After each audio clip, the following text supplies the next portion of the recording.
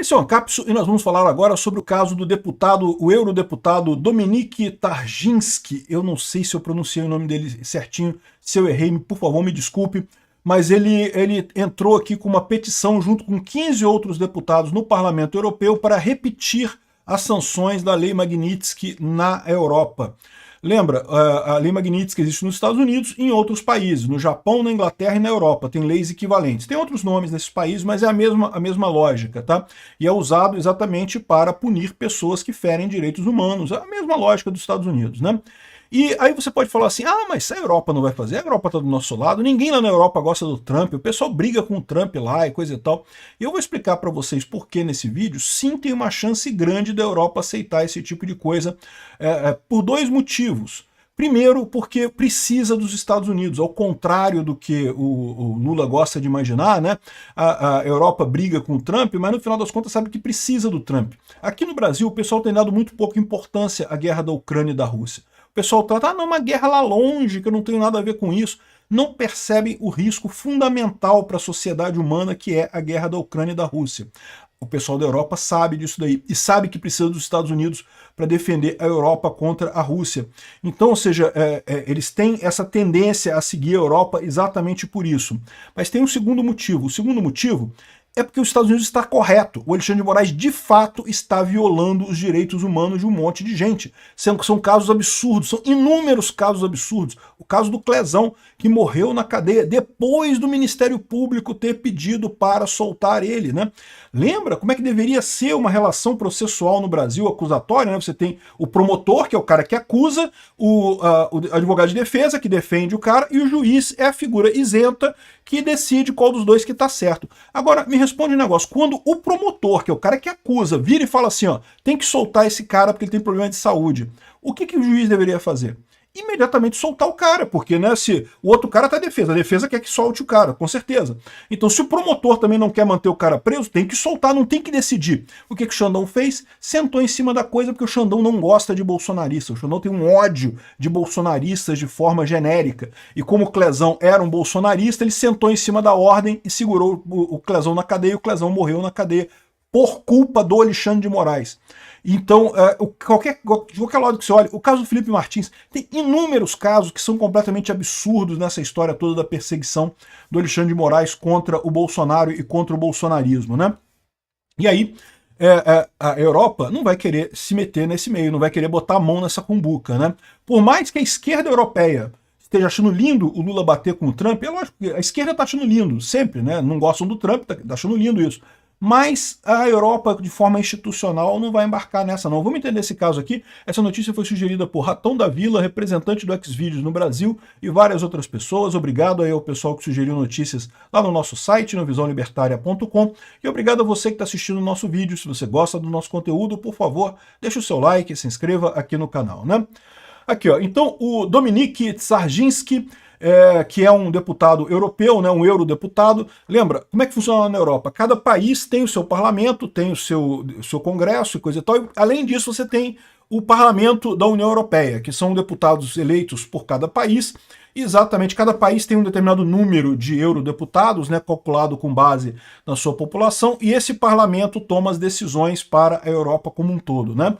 Então ele é um dos parlamentares da Polônia.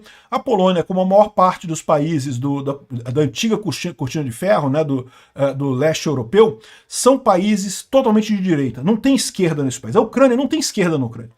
Quer dizer, até tem, tá? Tem o Partido Comunista da Ucrânia, mas ganha merreca nas eleições. Ninguém vota nesse pessoal.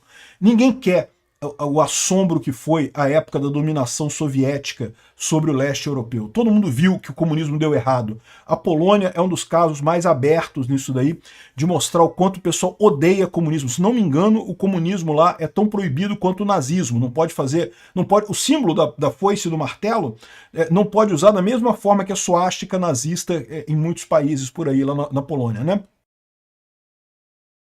Apesar de ser todo mundo de direita, é verdade que tem direitas diferentes. Lá tem mais direita pró-Europa, direita menos pró-Europa, direita mais independente, né? Mas é todo mundo de direita, não tem ninguém de esquerda lá. E aí esse cara aqui colocou, olha só, eu hoje, junto com 15 outros membros do Parlamento Europeu, mandei uma carta para a Kaja Kallas, que é a atual alta representante para relações estrangeiras da União Europeia, seria o equivalente a ministro das Relações Exteriores da União Europeia, tá?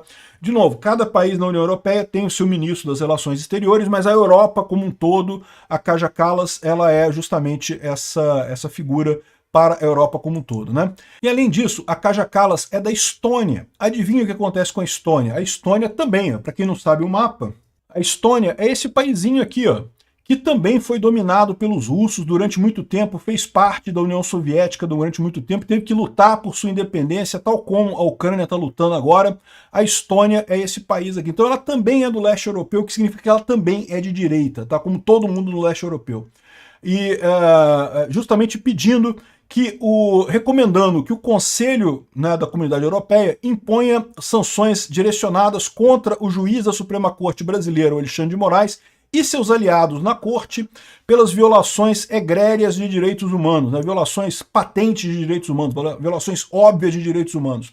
A Europa não pode ficar parada enquanto o Alexandre de Moraes continua a usar o sistema judicial brasileiro como uma arma contra seus oponentes políticos e abertamente violar direitos humanos do povo brasileiro. Nós agradecemos ao Donald Trump por impor sanções a Moraes hoje e pedimos que a Europa rapidamente siga adiante nesse ponto, né? Então, bacana, o cara tá fazendo o correto, tá aqui a carta dele. E muito interessante esse negócio, e tem muitas evidências disso aqui. Ele bota aqui um monte de jornais, de matérias de jornais que saíram principalmente no exterior, ressaltando o absurdo que é a posição do Alexandre de Moraes, né? E lembra, tá aqui, ó, Eduardo Bolsonaro agradeceu ele aqui, né, por essa ação e coisa e tal. Enfim, e aí muita gente pode pensar assim, não, mas a Europa não vai fazer isso, a Europa não tá nem aí para esse caso e coisa e tal.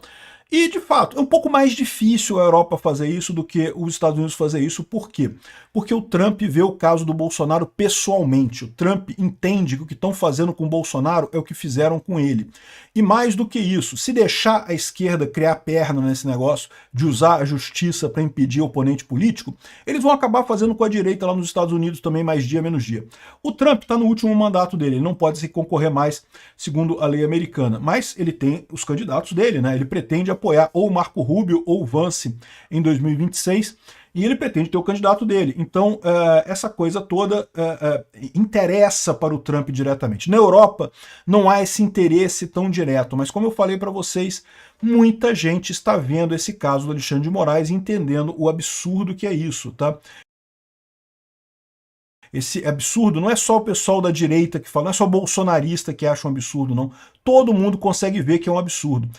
Mas aí fica o pessoal chorando aqui. Ai, mas então estão interferindo na justiça brasileira e não sei o que lá. E, meu amigo, no final das contas, se a justiça brasileira está errando, tem que interferir nela mesmo, pomba. Inventaram um processo que não tem escapatória, que não tem solução, que não tem coisa, porque achavam que iriam esmagar o bolsonarismo no Brasil, iriam destruir o bolsonarismo no Brasil. O Bolsonaro ia ser secado da face da terra, nunca mais haveria bolsonaristas no Brasil.